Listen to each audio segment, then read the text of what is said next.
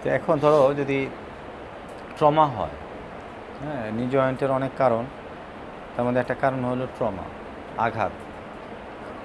তো আঘাতে আমরা জানলাম, যেমন ধরো আঘাতের মধ্যে যেমন ধরো ওই সাইডে রাখবো, যেমন ধরো এই যে তোমার এটা হলো মিনিসকাস, এটা হলো মিনিসকাস, আর ওই যেটা দেখো না পাশে ভিতরে, এটা হচ্ছে লিগামেন্ট। তো যেমন দেখা গেলো যে এখন যেমন যে কোনো কারণে ধরো পাটা মোচড় লাগলো, তুমি হাঁটতেছো খুব অ্যাবনর্মাল লোডিং হলো এরকম, তাহলে লিগামেন্ট ছিঁড়ে যেতে পারে। আবার হঠাৎ করে খুব ধাপাস করে বসলা, অ্যাবনর্মাল লোডিং হলো, তখন তোমার মিনিসকাস এই জায়গাটা ছিঁড়ে যেতে পারে। হ্যাঁ, আবার ধরো এই সাইডে বাড়ি লাগলো, তাহলে লেটারাল লিগামেন্ট ছিঁড়ে যেতে পারে।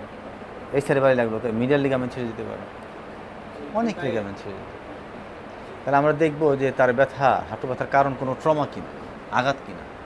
যদি আঘাত হয়, এবং তারপর আমরা জিজ্ঞেস করবো যে আপনার এই আঘাতের ফলে আপনাকে ইমব্যালেন্স মনে হচ্ছে কিনা, পাটা কি ঘুরে যাচ্ছে কিনা, পায়ে কি আপনার কি মানে অস্বস্তিকর একটা অনুভূতি পাচ্ছেন কিনা, লোড মনে হয় যে দুর্বল দুর্বল বোধ করতেছেন কিনা। এই জিনিসগুলি সাডেন যদি অনুভব হয়, তাহলে আমাদের এই জিনিসগুলো মাথায় আনতে হবে। এবং তারপর কেন ফুলে যেতে পারে, দেখা গেলো যে পাটা ফুলে গেছে, ব্যথা লাগছে মনে করো যে 3 দিন আগে, এখনও পা বিশাল ফুলা। কেন ফুলে? তার কারণ হলো যে ওই জায়গাটা আঘাত লাগার পর সারাউন্ডিং একটা ইনফ্লামেশন হয়, এবং ইনফ্লামেশনের জন্য একটা পুরো পাটা এক ধরনের সোয়েলিং হয়ে যেতে পারে, তার কারণ ট্রমা। তাহলে আমরা বুঝলাম যে হাঁটুর ফোলা এবং ব্যথার একটা কারণ হলো ট্রমা।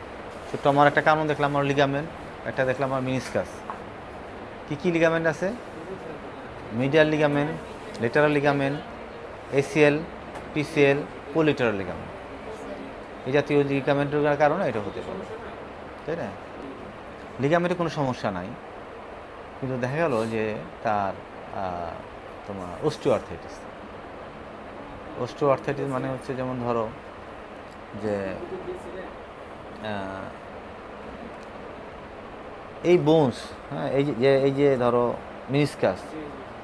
মিনিসকাসের উপরে এই যে হাড়টা, এটার উপরে একটা মিনিসকাস আছে, এটার উপরে একটা মিনিসকাস আছে, আর এই যে এইটা দেখো, এটার উপরে একটা হাইল্যান্ড কার্টিলেজ আছে। তাহলে এখানে একটা কার্টিলেজ আছে, মিনিসকাস সেটাও একটা কার্টিলেজ।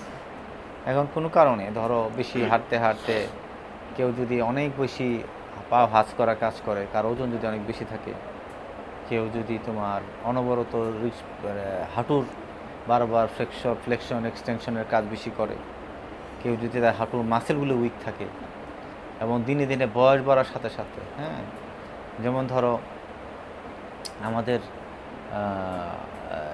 তোমাদের যেমন তোমাদের যুবক, তোমাদের মাসেলের স্ট্রেংথ অনেক বেশি, মাসেলের পাওয়ার অনেক বেশি, হ্যাঁ, এবং মাসেলের বয়স বাড়ার পাশাপাশি মাসেলের ভিতরে যে পানির যে পরিমাণ, এটা কমতে থাকে। হ্যাঁ, যেমন ধরো আমার এখন এই বয়সের কারণে আমার পানির কমে গেছে অনেক বেশি। আমি যখন তোমাদের মতো বয়সে ছিলাম, তখন আমারও তো ওই অবস্থা ছিল। এরকম আস্তে আস্তে বয়স বাড়ার পাশাপাশি কার্টিলেজের মধ্যে যে তার পানির যে পোর্শন, মাসেলের যে স্ট্রেংথ, এটাও কমতে থাকে। কমার কারণে তখন এই বোনসের কাছে চলে আসে, তখন ফ্রিকশনের কারণে তখন এই বোনসের কী হয়, ডিজেনারেশন হয়। তখন এই বোনস ক্ষয় হয়, কার্টিলেজ ক্ষয় হয়, বোনসের ইরোশন হয়, বোনসের স্পাইক তৈরি হয়, অস্টিওফাইট তৈরি হয়।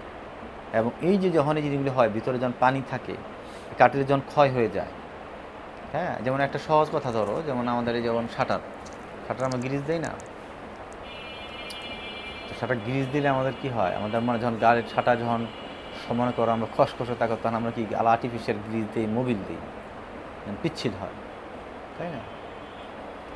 তো অনুরূপভাবে এই হাঁটুর যখন এরকম ক্ষয় হয়ে যায়, যখন পানি শুকায় যায়, যখন এই কার্টিলেজ ক্ষয় হয়ে যায়, তখন আমাদের কি হয়, আমাদের তখন বডি মনে করে যে হাঁটুর ভিতরে মোবিল কম, গ্রিজ কম। তখন যে সাইনোভিয়াল যে ফ্লুইড থাকে, সে ফ্লুইডটা বডি মনে করে ফ্লুইড মনে হয় কম, তো বেশি বেশি তখন পানি ওই জায়গায় বেশি জমা হয়। বডি মনে করে জায়গায় ফ্লুইড কম, তাই বেশি করে পানি দাও, যাতে ফ্রিকশন হয়ে জয়েন্টের ক্ষতি কম হয়। এটা বডির একটা হোমিওস্টেসিস একটা প্রক্রিয়া বলতে পারো। এই প্রক্রিয়ার কারণে বডিতে পাটা ফুলে যায়। অস্টিওআর্থাইটিস হলে পানি কেন জমে? এই কারণে পানি জমে। কেন পানি জমে? বডি মনে করে যে পানি যদি থাকে তাহলে ঘর্ষণ কম লাগবে, পাটা হবে কম। আরেকটা কী হতে পারে, যেমন ধরো তোমার টিবি। হ্যাঁ, আমরা বডিতে যেমন ধরো আমরা যে আমাদের ব্যাকটেরিয়াল যে আমাদের লাংসে যে টিবি হয়, সেই টিবিটা আলটিমেটলি তোমার এখানেও টিবি জীবাণু চলে আসতে পারে। হ্যাঁ, টিবির জীবাণু জয়েন্ট, এখানেও এই পানির মধ্যে টিবি জীবাণু চলে আসে, ইনফেকশন হয়। টিবির কারণেও পানি তোমার জমা হয় এবং টিবির কারণে পা ফুলে যায়, টিবির কারণে পা অসুস্থ হয়, ব্যথা করে ফুলে যায়। আচ্ছা, আবার এমন হতে পারে যে টিবি না কিছুই না, কিন্তু কোনো কারণে মাসেল, কোনো ব্যক্তি যদি মনে করো অনবরত যদি মনে করো বসে উঠে বা কোনো দিন মনে করো কোনো কারণে অতিমাত্রায় কেউ বেশি পরিমাণ লোডিং কাজ করছে, দেখা গেলো আমরা অনেক সময় হয় না যে আমরা পিকনিকে গেছি, সাধারণত কিন্তু আমরা দৌড়াই না। পিকনিক গেলে আমরা ফুটবল খেলা শুরু করে দিই, ক্রিকেট খেলা শুরু করে দিই, করি না আমরা? কেউ হাড়ি ভাঙা খেলা খেলি, কেউ বেলুন ফোলানো খেলা খেলি, আর উল্টা দৌড়ে খেলা খেলি, হয় না এরকম? কুরবানির সময় দেখা যায় যে আমরা সেই মাইলের পর মাইল গরু নিয়ে আসি, হয় না এরকম? ইজতেমার সময় আমরা লম্বা টমার সময় আমরা কী করি? আমরা হাঁটাহাঁটি করি। এই সকল কারণে আমাদের কী হতে পারে, আমাদের এই জয়েন্টগুলো আমাদের তখন কী হতে পারে, আমাদের ফুলে যেতে পারে। কিন্তু এইটা যদি ধরা গেল যে যদি এই ফুলাটা অনেক সময় রেস্ট নিলে কমে যেতে পারে, যেহেতু এটা সাডেন কোনো মানে অতিমাত্রায় লোডের কারণে, মাসেলের স্ট্রেসের কারণে, হ্যাঁ, এটা এই ফুলা কমে যেতে পারে। সেটা রেস্ট নিলে অনেক সময় কমে যেতে পারে। আবার অনেক সময় দেখা যায় যে বার্সাইটিস, হ্যাঁ, যার মধ্যে পেস আনসারাইন, হ্যাঁ, যদি আমাদের ব্যথাটা যদি আমাদের মিডিয়াল সাইডে, হ্যাঁ, যদি আমাদের ব্যথাটা এই জায়গায় থাকে এবং যদি ফুলা থাকে, তাহলে আমাদের এখানে কী ভাবতে হবে যে এখানে কী আছে, তোমার বার্সাইটিস আছে। কী বার্সাইটিস? পেসানসারাইন, ওইটা কিন্তু একটা ধরনের বার্সাইটিসই।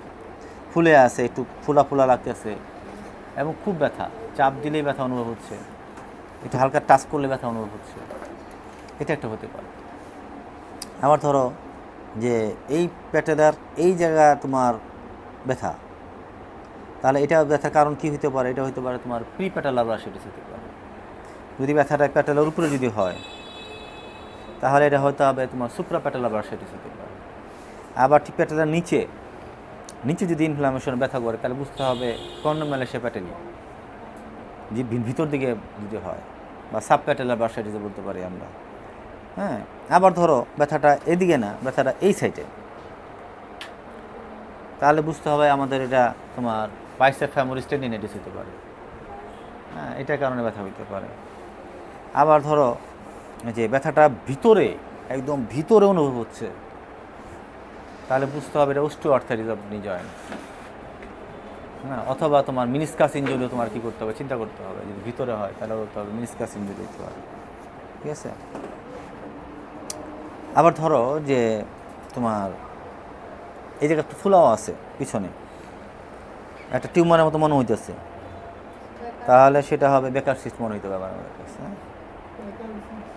আবার ধরো যে এই ব্যথাটা কোনো সমস্যা নয়, সব ভালো, এভরিথিং ওকে, কিন্তু দেখা গেল রুগী যখন দাঁড়ায়, শোয়া অবস্থা ব্যথা নাই, বসলেও ব্যথা নাই, কোনো দিকে ব্যথা নাই, হ্যাঁ, কিন্তু যখন সে অনেকক্ষণ দাঁড়িয়ে থাকে বা একটু হাঁটে, তখন তার ব্যথাটা শুরু হয় শুধু হাঁটুতেই। তখন সে ব্যথার কারণ কী হতে পারে? সেই ব্যথার কারণ তখন হইতে পারে যে তোমার ডিস্ক প্রোলাপস হতে পারে, তোমার পিএলআইডি হতে পারে। অর্থাৎ ধরো L1 L2, তাই না?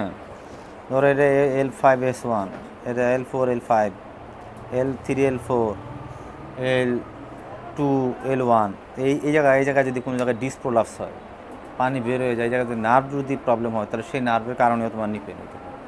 কারণ আমরা জানি নার্ভটা কিন্তু নিচ সাথে তার সংযোজন আছে। কিন্তু সেটা আমরা এক্সক্লুড কীভাবে করব? যে আমরা যদি সমস্ত টেস্ট যদি আমরা পজিটিভ পাই, নেগেটিভ পাই, কিন্তু তোমার এমআরআই যদি আবার ওইদিকে সমস্যাটা পাই, তাহলে কিন্তু তোমার আমরা ধারণা করতে হবে যে পিএলআইডির কারণে হচ্ছে। তখন কিন্তু চিকিৎসাও ঘুরে যাবে, সব কিছু কিন্তু ঘুরে যাবে।